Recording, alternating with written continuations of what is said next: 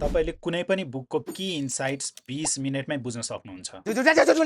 तर यसरी हैन। अनि तपाईले त्यसलाई पोडकास्टमा पनि कन्भर्ट गर्न सक्नुहुन्छ, त्यो पनि फ्रीमा। यो टुलले चाहिँ मेरो धेरै टाइम सेभ गरेको छ।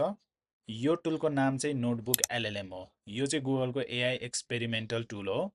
सो यो टुलमा चाहिँ बेसिकली तपाईले वेबसाइट लिङ्क्सहरू, युट्युब भिडियोजहरू, आर्टिकल्सहरू, पिडिएफहरू सबै अपलोड गर्न सक्नुहुन्छ र तपाईले क्वेसन्सहरू सोध्न सक्नुहुन्छ त्यो रिसोर्सेसको बारेमा।